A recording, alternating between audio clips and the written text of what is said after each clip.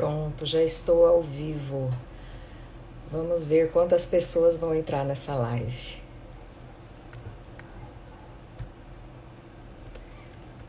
Boa tarde a todos. Boa tarde, Marília. Tudo bem?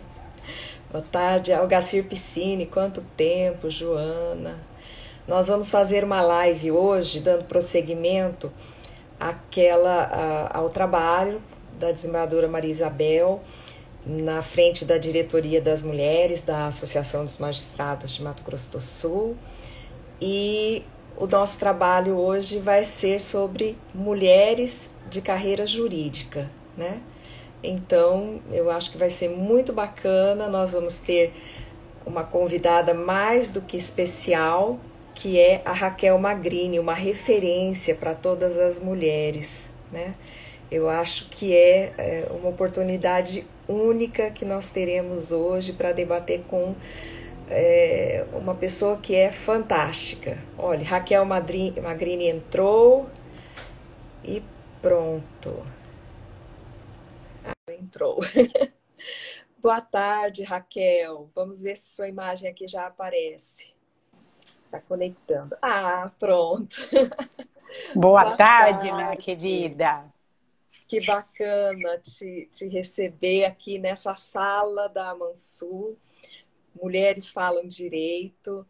E é uma honra enorme poder conversar com você, a Sorinha. Nós estamos aqui começando esse nosso bate-papo para falar justamente sobre mulheres na carreira jurídica, né? Betinha, a honra é minha, viu? Ainda mais conversar com você sobre esse assunto. Nossa, foi uma alegria, é uma alegria muito grande estar aqui. Eu agradeço a oportunidade de bater esse papo com você.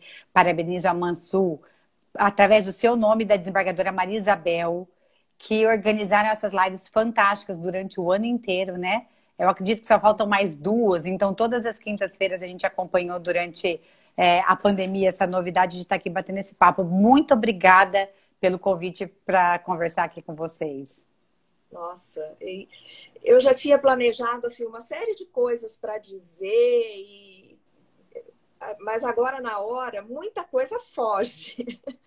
A única coisa que eu já estava falando, e você sabe que é do fundo do meu coração, eu tenho uma admiração enorme por você, pelo seu trabalho, pela figura pública que você é. Fiquei muito orgulhosa quando você se candidatou à presidência da OAB. Foi assim, falei, ela me representa.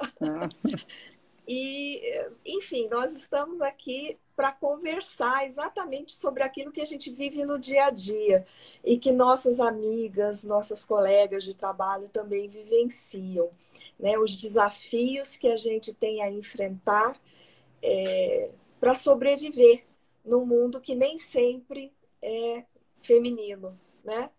E, enfim, vou pular a apresentação, que você dispensa apresentações.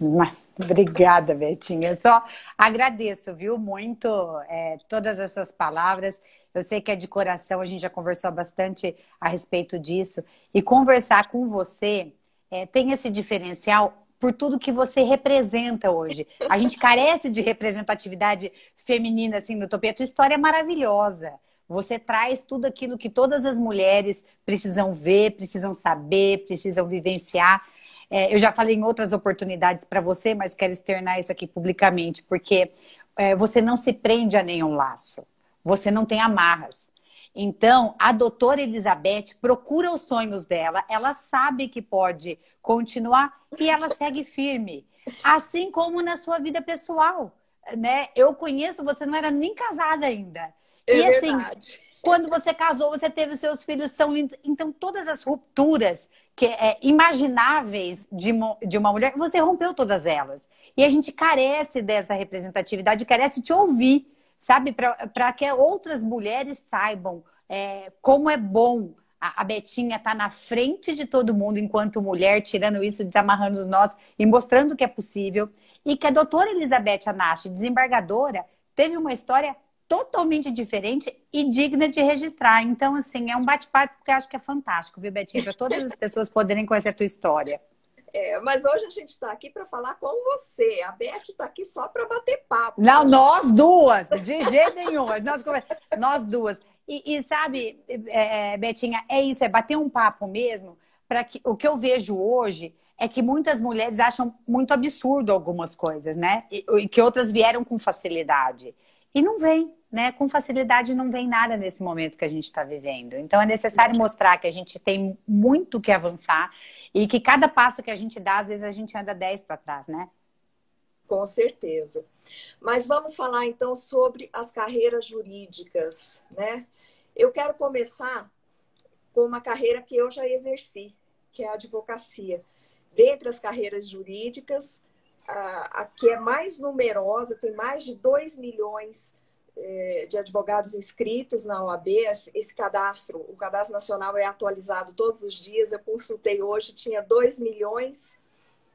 Não, 1.208.000, eu superlativei aqui.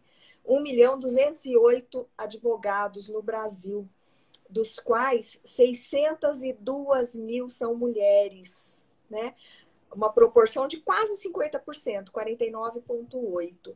Aqui em Mato Grosso do Sul, nós temos 15.700 inscritos, 15.735, e 7.444 mulheres. A proporção é um pouquinho menor, mas não foge da média, é 47,30%. Se nós mulheres, já conseguimos conquistar esse espaço de entrar na carreira jurídica, de entrar para exercer a advocacia, que é a mais nobre das funções, defender alguém, como que a gente vai superar alguns obstáculos que a gente ainda percebe? Por exemplo, a gente percebe que na área de família, por exemplo, tem muitas advogadas exercendo, mas na área tributária nem tantas, né? Parece que tem um nicho reservado para as mulheres, advocacia trabalhista, advocacia de família e algumas outras que você certamente vai explorar. E a gente vê que existe uma certa barreira, não vou falar em preconceito, mas uma barreira a ser transposta. Queria que você me falasse sobre o que você pensa sobre isso. Sim, olha, eu trouxe um número, você trouxe o número dos inscritos. Eu vou trazer, então, outro número para você. No Mato Grosso do Sul, nós temos, então, esses inscritos que você trouxe, 7.850 nós tivemos de mulheres ativas. 8.907 de homens ativos. Então, você vê que é a proporção que você tinha mencionado. Entretanto, as inscrições que foram canceladas, ou seja, as pessoas que deixaram, então, de exercer advocacia, nós temos de homens 2.809. Ou seja, desde o início da OAB Mato Grosso do Sul, 2.809 homens cancelaram a sua OAB. E mulheres foram 3.487. Ou seja, quase o dobro. Quase o dobro. Então, o que é muito fácil de perceber? Na base hoje, como todos nós tivemos mais acesso às universidades, às informações, a gente tem um equilíbrio. Porque nós chegamos às universidades, né? Então, a gente estuda, passa no exame de ordem. Quando vai desenvolver a profissão, já começa as diferenças, mais ainda com o tempo, né?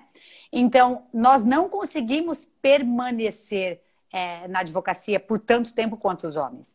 Por conta das funções que vêm as funções maternas, as dificuldades que a gente tem dentro dos nossos lares para poder transpor, leva em escola, não leva, esse tempo, essa matemática de todas essas jornadas que a gente tem, então faz com que nós não consigamos permanecer tanto tempo na advocacia quanto os homens. Falando aqui no Mato Grosso do Sul, a gente carece bastante dessas referências femininas na advocacia. A gente teve, o que é diferente de vários outros estados, aqui na OAB Mato Grosso do Sul, a gente teve uma mulher presidente que foi a Helene Scarilli, e depois nunca mais. A gente não teve. E ela realmente é uma advogada que continua sendo referência em relação às mulheres. Mas a gente tem daí esse desnível, porque você pode facilmente pensar em homens bem-sucedidos nas suas carreiras, os advogados. Mas mulheres você tem que ficar pensando, quem? Peraí, deixa eu tentar lembrar. Então, esta dificuldade demonstra o desnível das condições da advocacia. E começam por vários problemas. Nós tivemos aí algumas brigas, digamos assim, por exemplo, em relação à sala de amamentação para as mulheres. E eu não pude, então, pedir várias coisas que eram porque eu estava grávida e iam dizer que era em causa própria. Mas a gente tem dificuldade para estacionar o carro nos fóruns, a gente tem dificuldade se estiver amamentando um lugar, um espaço público, seja para a mulher advogada, ou seja para a mulher que vai, por exemplo, dar o seu depoimento a uma testemunha no fórum. Porque ela está com a criança, ela não tem com quem deixar e não tem lá no fórum um espaço disso. Então, atender essas necessidades das mulheres para que elas realmente estejam no mercado de trabalho é muito difícil. Nas carreiras jurídicas, enquanto profissionais liberais, mais ainda, né? Porque a licença maternidade são 30 dias, desde que comprovado no processo. Vai dizer para o teu cliente que você vai pedir suspensão do seu processo por 30 dias. Ele subestabelece no mesmo momento, né? Então, as nossas brigas, as nossas lutas, elas vão transformando conforme a sociedade vai transformando. E a gente precisa olhar o porquê que a mulher não consegue permanecer tanto tempo na advocacia. O que está acontecendo que está desnivelando e a gente tem deixado mais, né? Que é um movimento que eu não sei muito bem o que vai acontecer agora depois do Covid. Eu vi um dado da semana passada, nós temos que, pela primeira vez em 20 anos, as mulheres estão sem trabalhar. A gente é menor no mercado de trabalho. Óbvio, não tem creche, a creche não está funcionando, não tem com quem a gente deixar as crianças, então não tem como a gente voltar a trabalhar. Então, o que o mercado vai dizer isso para a gente conseguir nivelar novamente, né? Mas aí, voltando, dentro das carreiras jurídicas, em especial a advocacia, a gente tem o problema da licença maternidade, a gente tem o problema do suporte quando o bebê é pequeno para poder advogar, para poder peticionar, para fazer todas as outras coisas. Eu tive que voltar a trabalhar, eu tive que acompanhar o julgamento no tribunal. O Dante tinha nascido, tinha 3 dias. E tinha que ser eu, por mais que tivesse outra pessoa trabalhando comigo, quem representa o escritório, quem carrega essa função, tem que ir até lá, né? E isto é muito difícil. Essas circunstâncias todas precisam que a gente consiga evoluir com outras mulheres pensando junto com a gente. Eu já vi mulheres advogadas levando filhos pequenos. Às vezes, na época do processo físico, isso acontecia mais, né? De ir ao fórum para ver um processo, ou às vezes para acompanhar algum ato, mas participar com bebês era bem mais difícil, né? Eu já fui no fórum com as minhas crianças várias vezes. Eu tenho aí, eles não estavam na escola ainda, ou por algum motivo a escola não está funcionando. Eu fiquei sem estrutura, não teve outro jeito, coloquei no carrinho porque não dá para esperar. Então você coloca no carrinho, vai. Algumas coisas são permitidas, mas não tem com quem você deixar lá. O que é diferente, por exemplo, hoje no STJ, a gente tem um espaço para as crianças. A gente tem, ainda que seja para as servidoras, a gente consegue dialogar e deixar num caso de emergência. Então, são essas ideias que a gente tem que replicar, que a gente tem que expandir para criar essas condições para todas nós, né? Para tentar e deixar a coisa mais igual. Isso do STJ eu não sabia. Quer dizer que existe um berçário, sim, com carrinho. Um carrinho, um espaço kids, com carrinhos, com brinquedos, com tudo que eles precisam para se divertir lá. Pode ir tranquilo que tá separadinho, muito bonito o espaço. Olha, que bacana.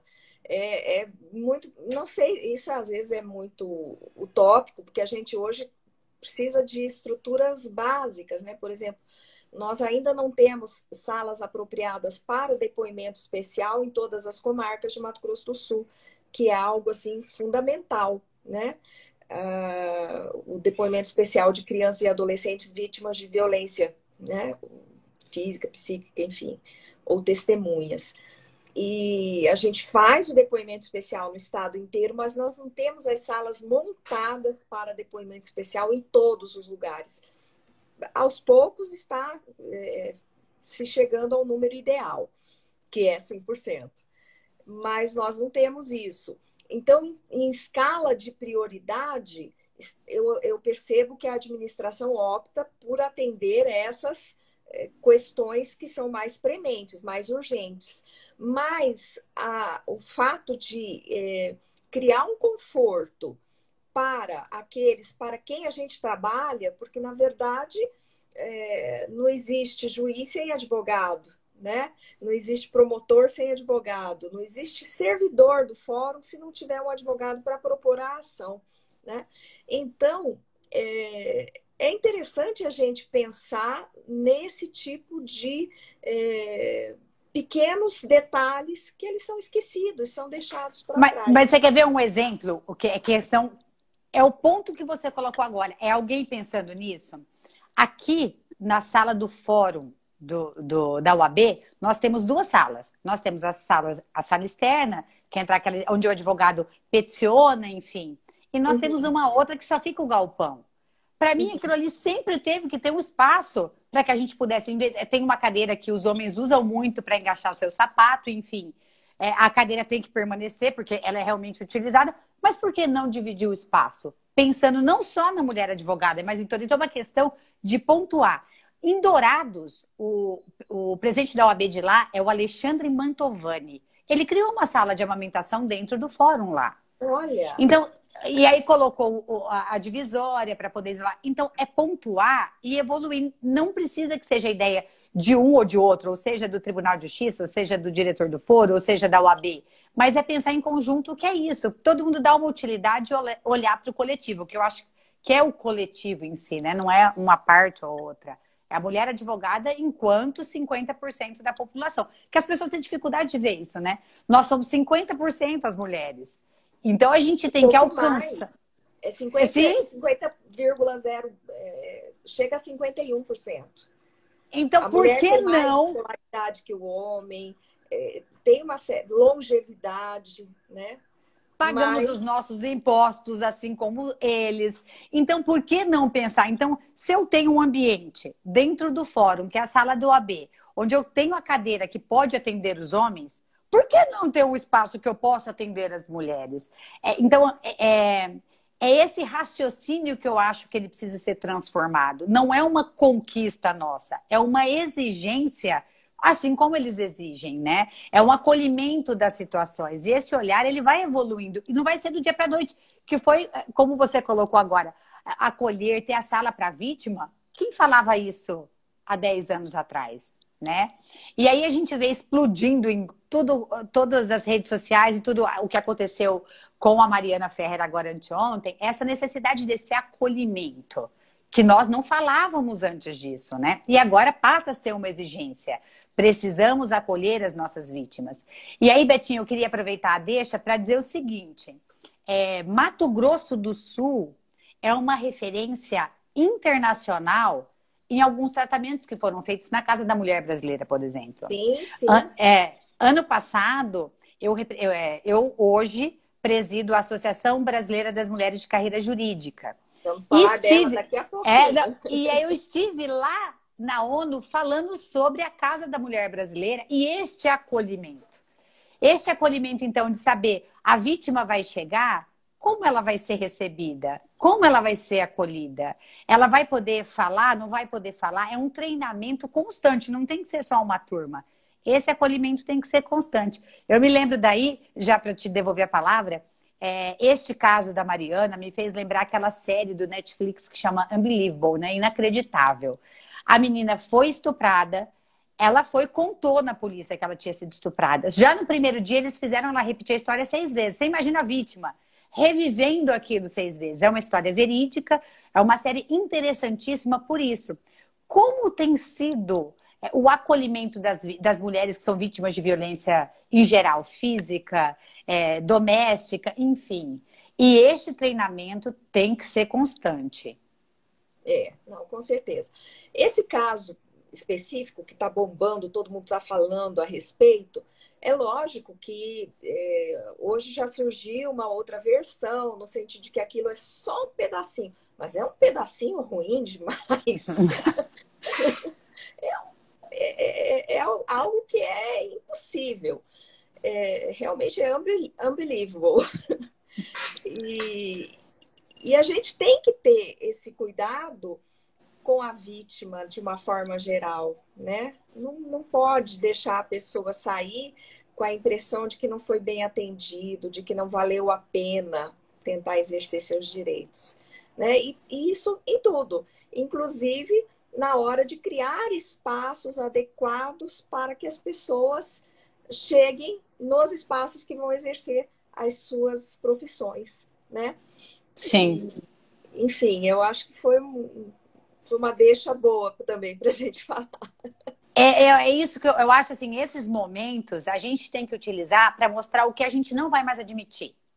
A gente não vai mais admitir a vítima ser tratada desse jeito. A gente não vai mais admitir a mulher que sofreu essa violência, porque é o estereótipo. Vamos inverter a situação dela para que, então, a gente consiga mudar a imagem do homem, né? Então, como é que a gente vai agir? E eu concordo, eu acredito que deva ser um pedaço mesmo. Não daria para pegar a audiência inteira, o interrogatório inteiro. Mas o que a gente viu é suficiente para demonstrar que, sem julgamento, sem observar o mérito da sentença. Não é isso. É o acolhimento de uma mulher que é vítima de violência, que está numa situação, e como nós vamos se comportar diante dessa situação. Para mim é isso. O resto é outro debate, né? A gente não tem nem que levar. Mas que agora entrar no mérito, sim. É a forma, né? Isso. É dizer, nós não aceitamos mais. E ainda que ela é muito rápida do pensamento em relação às outras mulheres, porque ela conseguiu se posicionar em várias situações, né? Ela foi bem clara para falar, a minha roupa não tem a ver com isso.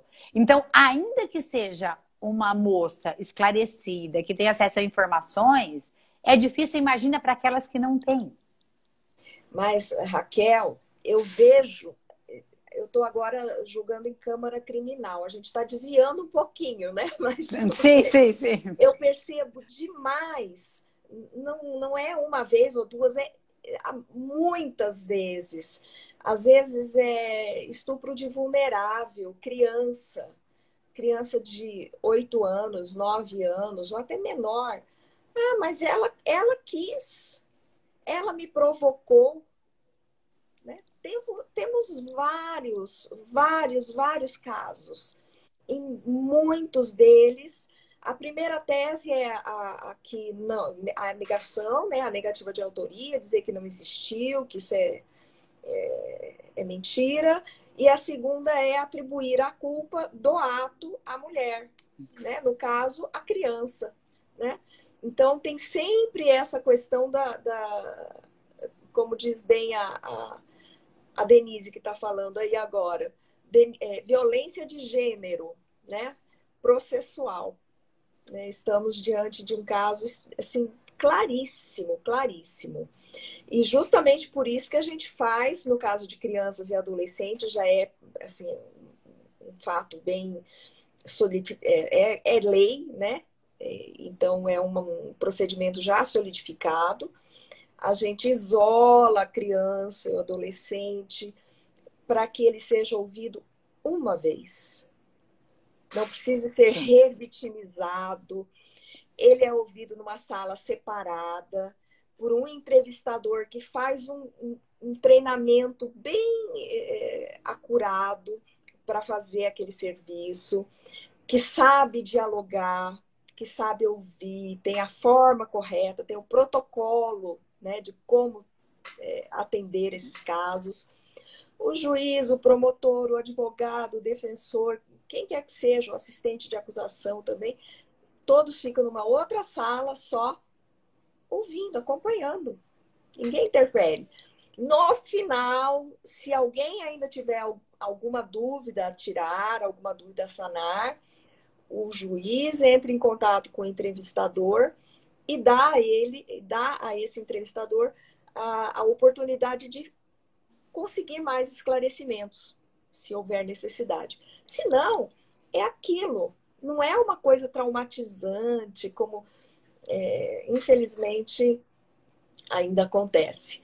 Mas isso é acolhimento, né, Betinha? Isso é acolhimento da vítima. Isso é olhar para ela sem fazer com que ela fique mais traumatizada. Ou então que dê para a defesa algumas possibilidades de conseguir calá-la pelo medo, pela exposição e por várias situações, né? É. Mas, Raquel, aproveitando esse gancho, já que a gente está falando de tratamento diferenciado da vítima e tudo mais, você acha que existe um tratamento diferenciado, por exemplo, em audiência, quando é uma advogada e quando é um advogado? Você Eu acha não que acredito. existe? Não acredito. Não, a gente não tem mais hoje, a não ser em casos extremos, coisas que fiquem muito óbvias ou muito claras. Não é assim, eu vou tratar a advogada ou advogado diferente. O que acontece é o perfil machista, seja do homem ou seja da mulher, de qualquer dos operadores do direito, influenciam no tratamento, mas não da parte técnica. Então, são coisas que às vezes você não percebe com clareza. Só depois você fala, caiu a ficha, né? Aconteceu isso e agora eu vi de fato que foi diferente. Como, por exemplo, a mania de nos calar ou de falar em cima, né? A mulher tá falando e aí você começa, ou então tenta completar a frase dela. Então, completar como se nós não fôssemos capazes de completar os nossos raciocínios ou de expor as nossas ideias. Né? Ou então, assim, deixa pra lá, tá falando, não, a advogada vai falar depois. Mas não porque é uma questão jurídica, mas sim porque tem este pensamento machista e esta conduta machista em cima de qualquer coisa que viesse. Não necessariamente da advocacia em si. Né? Então, eu não vejo como. Não vejo essa situação. Lá no comecinho, você fez uma ponderação que é clara, que é, nós mulheres temos em inúmeras vezes, em inúmeras situações, que alguns nichos do mercado são destinados a nós. Por exemplo, cuidadoras. Esse sempre é nosso. Nós temos isso, né? Assim como lá atrás éramos pedagogas, né? E assim foi indo. A situação foi crescendo assim. Na advocacia, a gente tem assim, coisas que nos possibilitam transitar mais. Então, nós temos poucas advogadas criminalistas. Porque é difícil você entrar num presídio, é difícil você viver esta realidade. Então, são nichos de mercados, ainda que nós tenhamos algumas advogadas criminalistas brilhantes aqui no Mato Grosso do Sul, é um nicho de mercado que não é muito destinados a nós. Outros, por exemplo, são mais fáceis pelo dia a dia. Então, sim, a gente separa em área. Advocacia de família parece que é uma coisa que para a mulher é mais fácil, quando na verdade não é. Para nós, quando a gente vai colocar, a gente envolve muita emoção nas coisas que a gente vai fazer, o que torna tudo muito mais pesado, né? Então, assim, esses nichos são separados conforme a conveniência, se a mulher pode ser cuidadora ou não, ou qual o papel que ela vai poder exercer ali. Isso a gente percebe. Naqueles grandes escritórios também, eu li um estudo esses dias que falava justamente disso, que na base daqueles grandes escritórios que tem, principalmente São Paulo, Rio, nas grandes capitais, né? O estudo se centralizava nesses locais. Aqueles grandes escritórios que contratam 100 advogados, 150, né? Na base, há quase uma igualdade ou um pouco mais de advogadas mulheres.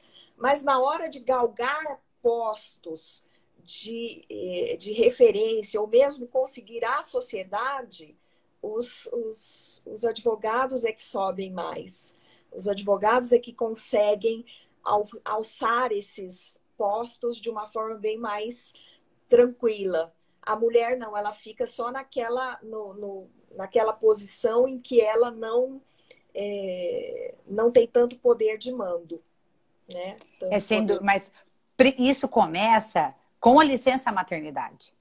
Porque nós aí nos afastamos das nossas funções nessa sociedade de advocacia, e aí na hora que a gente vai voltar, o posto já está ocupado por outra pessoa. Né? E começam a deixar de lado, então, todas as nossas funções. Né? Não, agora você faz como se daí você tivesse que diminuir a tua capacidade técnica por conta da licença maternidade. E como nós ficamos mães mais tardes agora por conta de toda essa situação, aí sim é que a gente vê essa dificuldade pesando, né? Sim, com certeza. Mas não é só na advocacia, não. Eu me recordo, quando eu estava na primeira gestação, eu trabalhava numa função administrativa no Tribunal de Justiça, eu era juíza auxiliar. E eu já estava assim de 8 meses, alguma coisa assim, e não queriam que eu participasse de um determinado grupo de trabalho, porque afinal de contas, daqui uns dias você vai sair em licença maternidade. E eu continuei indo às reuniões, fiz ouvido moco, enfim, vou até onde, trabalhei até o último dia, pronto, estava feliz com isso, mas não me deixei abater por esse tipo de barreira, né? A gente também tem que ter muita firmeza para superar essas situações. Não adianta ficar sentada e apontando, aconteceu isso comigo, não sei o que. Não, vai, enfrenta a situação, vá à reunião e pronto, né? Não tem muito o que mudar, né? A gente tem que ser responsável. Mas você falando disso, eu vejo que é assim, em várias circunstâncias que nos são colocadas, quando a gente acredita que a gente não pode ou que a gente não consegue, é mais fácil a gente ficar acanhada. Mas quando a gente vai encontrando apoio, a situação muda bastante. Eu me lembro, você falou da minha candidatura, quando eu fui começar a conversação para ser candidata foi no começo do ano. O Dante nasceu no dia 24 de novembro de 2017. E as conversas sobre a candidatura começaram em janeiro, fevereiro. Qual que era a pergunta, o motivo de... A Raquel não tá batendo bem, ela tá em estado puerperal. Já já vai passar, ela vai desistir da candidatura. Aí eu aproveitei a deixa, eu falei, já que é pra eu ser a louca da vez, então vamos chegando, e a gente foi enfrentando. E eu carreguei o Dante amamentando pelo estado inteiro, eu tinha câimbras, eu não conseguia dormir durante a noite, que eu tinha que amamentar e coloca bebê no carro, a Duda tinha ciúme. E a gente viajava o estado inteiro, mas a certeza de que eu precisava fazer aquilo para não dizer, ela não conseguiria, porque a gente avisou que o bebê dela era pequenininho e que ela não ia ter condição. Se eu assumir aquela situação, eu tinha que ir até o fim. Então, vamos trabalhar. E eu tive suporte de mulheres incríveis. Tinha gente que segurava o bebê, tinha gente que conversava com a outra, tinha gente que disfarçava se tinha algum atraso. Então, este suporte é importantíssimo. Essa estrutura, essa rede de apoio para que a gente consiga, ela é indispensável. Exatamente. Tem que ter essa empatia, inclusive das próprias mulheres. Principalmente das próprias mulheres, né? E por conta disso, a mulher acaba sendo até mais... Ela tem que produzir muito mais para alcançar os mesmos resultados, né? Raquel, vamos falar da Associação de Mulheres de Carreira Jurídica? Vamos. Até aproveitando aí a deixa, viu? Ah, é? Eu acho que é fantástico esse momento que você está representando a gente, né? E a associação, ela é tão antiga, ela existe no mundo inteiro, a gente sabe a importância, né, que ela tem no universo jurídico. E eu queria que você falasse um pouco sobre a história, sobre como associar, quais são as suas atividades como presidente. Eu estou já no meu segundo mandato aí na associação, né? Eu presidi, eu comecei em 2007. Na minha posse eu não sabia nem que eu estava grávida do Dante ainda, mas eu fui descobrir depois.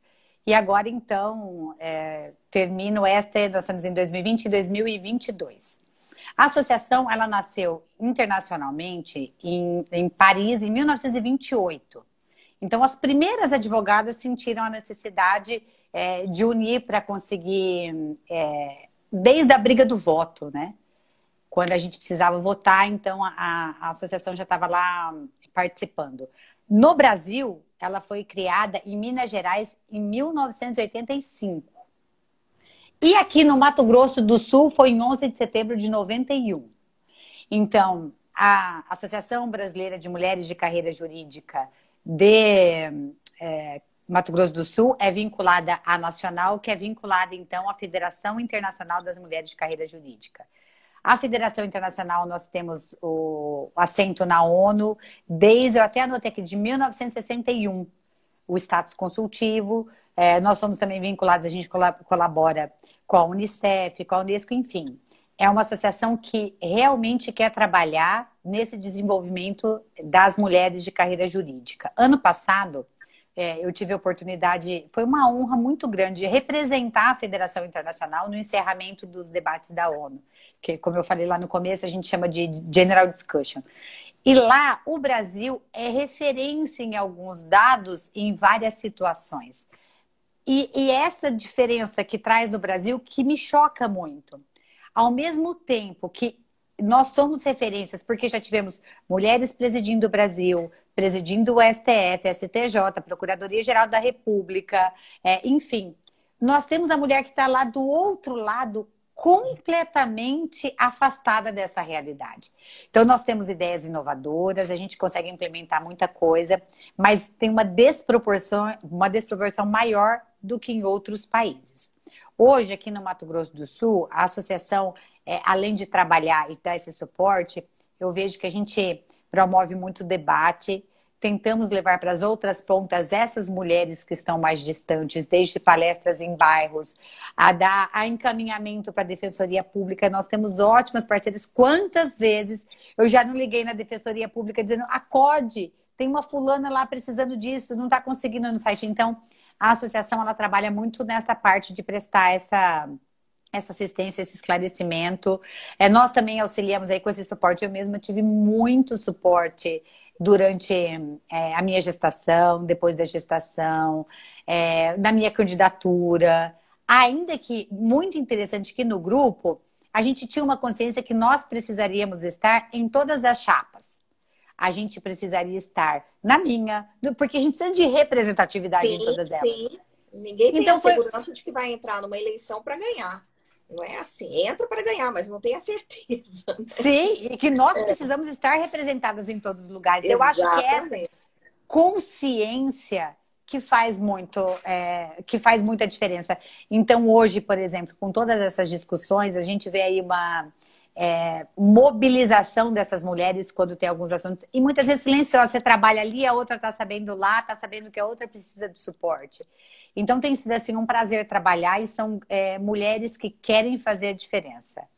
Então a nossa associação ela tem no Instagram, quem quiser é só mandar um recadinho, a nossa turma entra em contato, a gente associa, a gente tem vários. E engraçado que as nossas viagens elas começaram porque as mulheres precisavam do suporte até para viajar.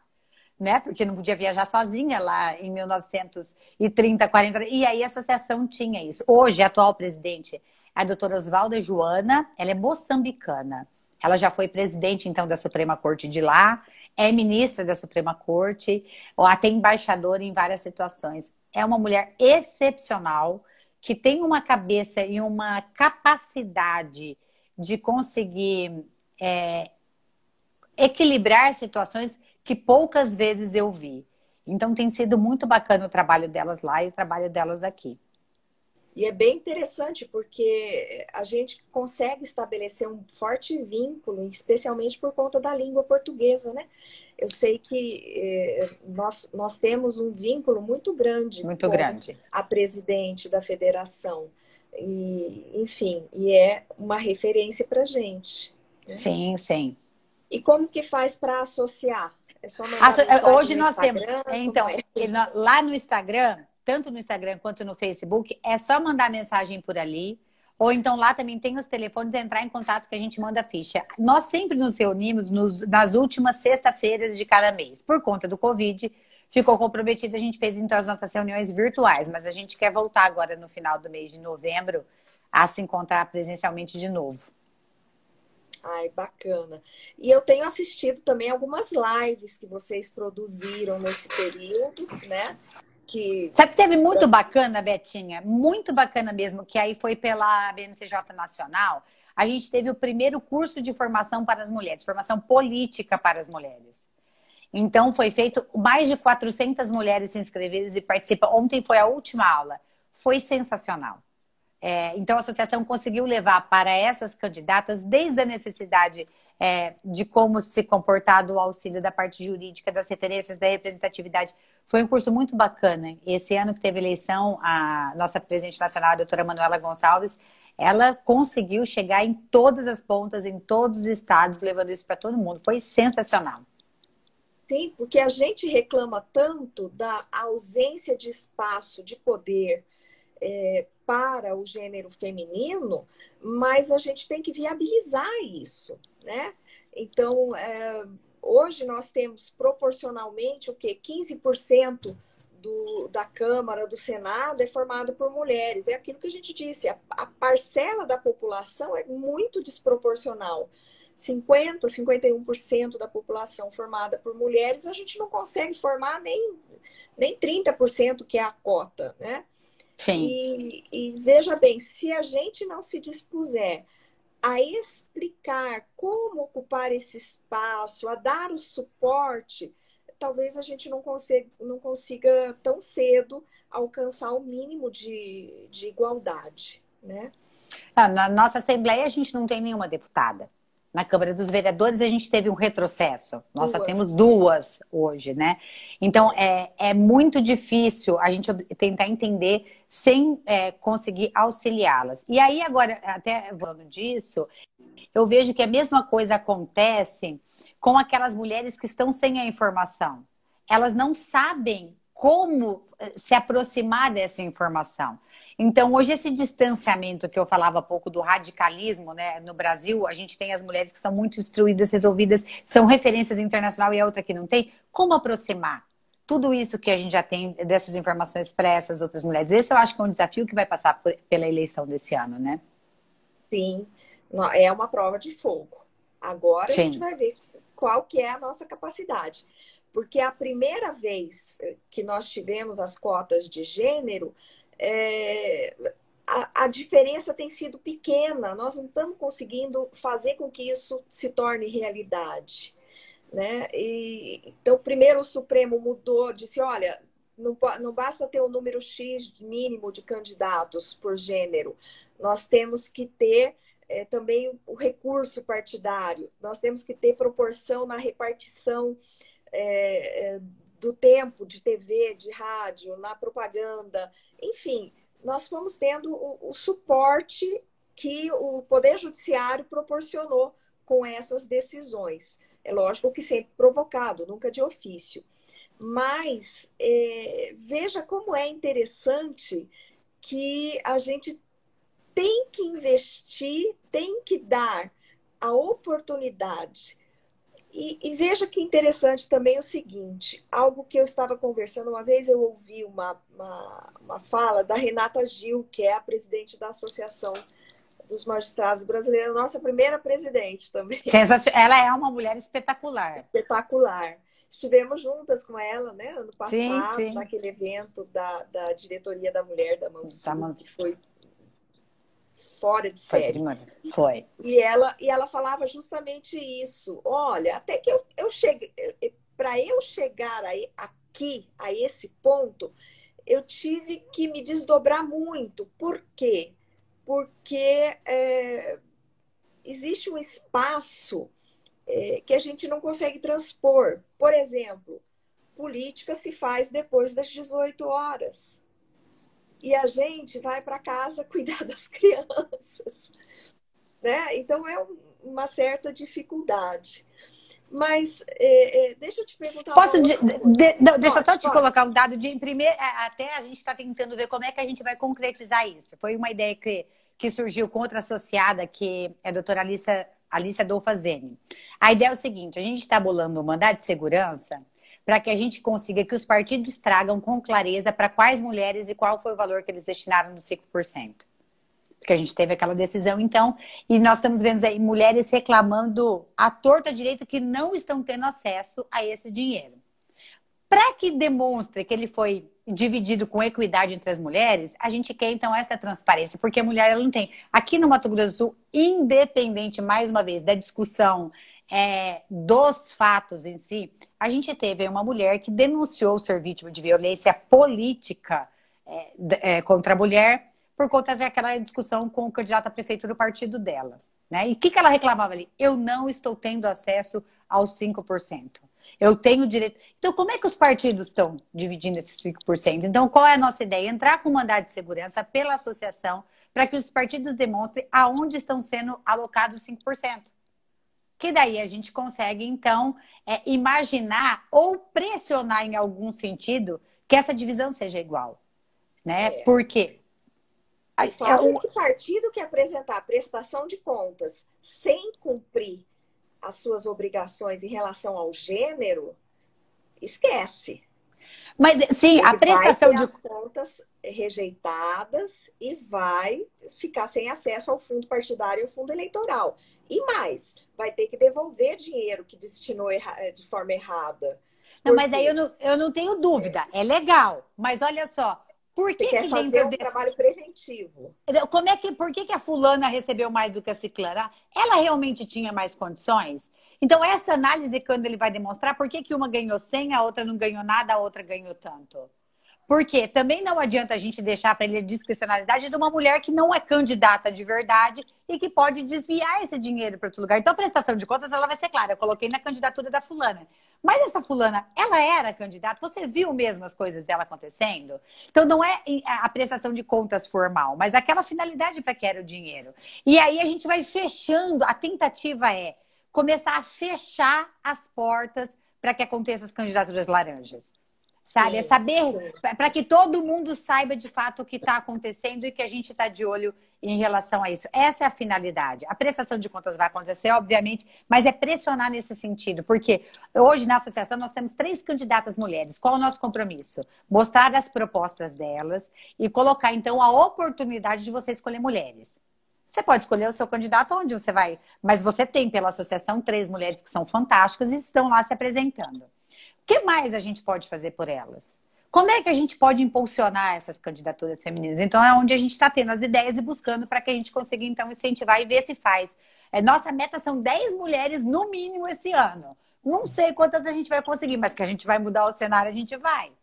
Sim, sim. O trabalho é de formiguinha, né?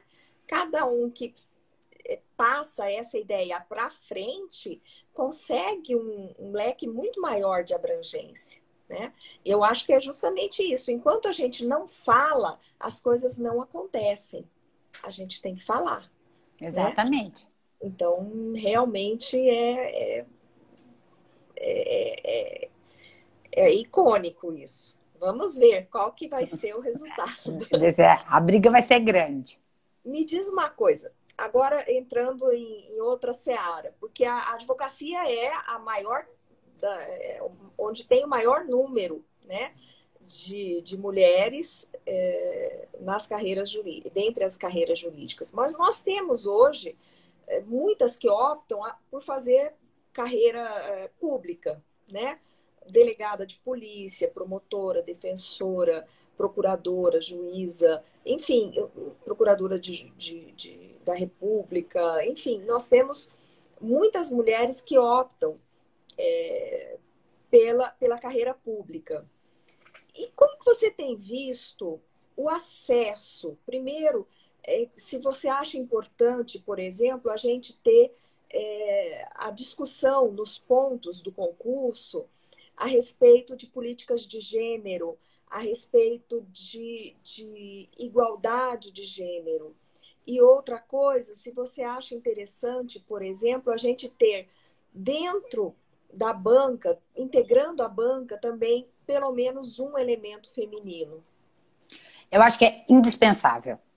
Para a gente conseguir evoluir, é indispensável que nós tenhamos mulheres comprometidas, obviamente, em deixar claras algumas situações. Hoje, nós conversávamos ontem, a dificuldade que algumas mulheres tiveram no passado e elas não aconteceriam mais agora. Por exemplo, a minha mãe, enquanto membro do Ministério Público, minha mãe era promotora de justiça, e aí, quando eu nasci, tinham prometido para ela que ela poderia voltar para Dourados. Ela era douradense e minha mãe estava em Corumbá. E aí, como ela estava grávida, ela teve um castiguinho.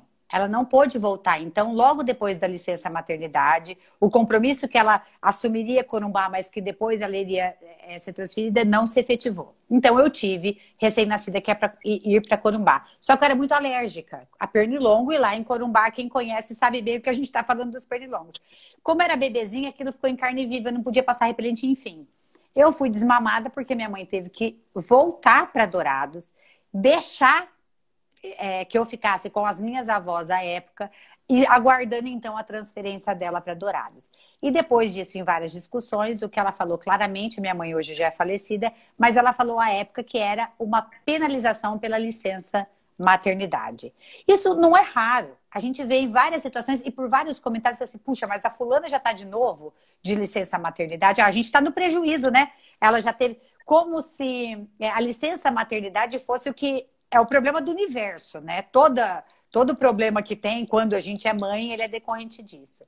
Então, essa a licença não é para a mãe, é para a gente ter criança bem atendida, criança bem cuidada, que vai se transformar num adulto que vai contribuir para a sociedade. Experimenta deixar a criança só um mês com a própria mãe, ou mais, um pouco mais de tempo, né? É uma visão tão obtusa que a gente sabe onde pode chegar. Né? A gente quer uma sociedade melhor, mas a gente quer a mãe trabalhando, a gente, né? Então, não dá para imaginar como as coisas seriam se a gente não tivesse essa situação. Por isso que eu defendo o seguinte, Betinho, eu defendo que a licença paternidade tem que ser do mesmo tamanho da licença maternidade. Concordo. Primeiro, porque o pai vai fazer o vínculo com o filho tanto quanto a mãe. Segundo, que no mercado de trabalho a gente vai mudar várias situações que a gente vê agora. Então, eu acho que para ter esse equilíbrio seria necessária a licença paternidade no mesmo, do mesmo tamanho, na mesma situação da mulher. Até para essa divisão de responsabilidades. Mas a gente estava falando do concurso público. Então, tem coisas que elas não são claras. Aliás, 80% da conduta que nos afastam dos nossos objetivos no mercado de trabalho, assédio, enfim, elas às vezes não são claras. E tendo uma mulher na banca de concurso, até para moldar algumas situações ou para fazer algumas ponderações na prova oral ou das perguntas, a gente muda quando a gente tem uma mulher observando e para fazer essas ponderações. Esse acesso, eu acredito que seria mais fácil nesta fase final do que se não tivesse, quando a gente não tem as mulheres. Aqui no Mato Grosso do Sul, eu sei que tem um concurso em andamento, mas no último entraram bem mais homens do que mulheres. Sim. E isso não acontecia há vários concursos. Nos anteriores, a gente estava tendo um equilíbrio maior. Eu acredito que teve um concurso até que teve mais mulheres do que homens, numa fase. Eu me lembro que tinha um número acho que 35 ou 36 concursos. No início, lá em 79, na década de 80, nós tivemos vários concursos seguidos em que nenhuma candidata passava. Vários. Não sei se era porque poucas se inscreviam ou se realmente porque poucas passavam, mas enfim, nós tivemos assim muitos concursos em que passavam 5 homens, 8 homens, 10 e 0 do gênero feminino. E isso se reflete justamente aonde? No andamento da carreira. Se lá atrás entraram poucas, quem que já está agora na quinta parte promovível para ser desembargadora, por exemplo? Né? Então, é um funil. Se não entrou lá na boca do funil, não vai passar na parte estreita. A gente tem que fazer... Betinha, mas aí que eu acho, por exemplo, como nós falávamos no começo, que o teu papel é fundamental. Você foi a primeira mulher do estado de Mato Grosso do Sul, do TJMS, a entrar por merecimento. Até então era uma coisa como se fosse proibida, né? A mulher não pode conseguir, como assim por merecimento? Então fica difícil. A gente já está lá no funil lá atrás. Se ainda não entrar por merecimento, a gente não muda nunca. E eu olhei há pouco tempo a questão da antiguidade para entrar no Tribunal de Justiça aqui do Mato Grosso do Sul. Vai demorar muito para a mulher entrar por antiguidade. A gente tem aí que muitos aposentaram, porque os próximos são homens. Lá embaixo, acho que em 9º ou 10º, a gente tem lá duas juízas. E depois disso, lá atrás de novo. Então, a gente tem que brigar o quê? Para que seja por merecimento. Mas a gente sabe das regras para tentar a promoção por merecimento. Então, a gente precisa incentivar, porque hoje nós só temos 3 mulheres no TJ. Né? Então, como é que a gente vai mudar essa realidade? Tem que ser por merecimento, porque senão a gente não vai conseguir. E não é só do TJ. Aí vem a vaga do 5º, aí seja do Ministério Público, seja da UAB. A Então OAB tem são que nos mandar mulheres nas exatamente, listas. exatamente. E a gente tem que fazer o dever de casa. Quando eu fui secretária-geral, na nossa lista, a gente cumpriu a cota. Das 6 vagas, a gente tinha 2 mulheres. A última lista não foi nenhuma mulher. Então, não tem advogada? Só o advogado que é bem capacitado? Ou será que é ele que está fazendo essa articulação? O que está acontecendo? Né? Então, este compromisso com este olhar é indispensável. Aqui no Tribunal de Justiça do Mato Grosso do Sul, em todos os outros do país, né? O que a gente vê é uma mudança já de alguns cenários, por exemplo, no STJ, no STF, a gente já tem mais mulheres. Eu me lembro aqui, a desembargadora Suzana Camargo concorreu no STJ por 2 vezes, foi presidente do TRF Terceira Região. Então a gente tem mais, mas a gente precisa na base também. É o funil que você falou, né? Desde a base a gente tem que ir trabalhando isso. É.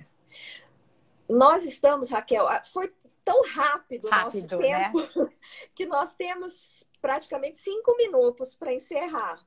E eu queria te deixar assim esse tempo para você falar o que você entende que nós ainda não tratamos, algo importante que a gente precise falar. Olha aí, alguém falando aqui que no concurso de 2012, Melina, de 17 aprovados, só 2 mulheres. Né? Só 2 mulheres. E não foi só nesse, não, Melina, em vários. Né? Nós tivemos um tempo, né? E nós temos, por exemplo, você falou em licença maternidade. Você sabia que a desembargadora Dagma, nossa primeira desembargadora, ela teve um período de licença maternidade descontado do seu tempo de serviço? Na época de ser promovida, ela teve que entrar com mandado de segurança. Tá. Então, né, não é um fato tão antigo assim, vamos dizer que tenha 30 anos, alguma coisa assim, 30 e poucos anos, né? Então, nós temos que evoluir. Sim, mas a palavra é sua. A desembargadora Dagma foi associada nossa. Acho que ela não está mais residindo agora em Campo Grande, né? Mas ela foi uma das fundadoras. Tá lá em cá. E ela está por lançar livros, ela está escrevendo. Ai, que coisa boa. A desembargadora Maria Isabel, que incentiva muito a escrever, né? A gente falava disso ontem. Vamos escrever, vamos produzir. E a doutora Dagma, ela era juíza em Dourados e a minha mãe era promotora. Então, tinha várias figurinhas que elas trocavam lá naquela oportunidade. E ela foi uma das fundadoras da BMCJ Mato Grosso do Sul. Então, ela sempre esteve à frente do tempo dela. Que é isso que eu não queria nem falar aqui, finalizar. Eu queria colocar um pouquinho dessa representatividade.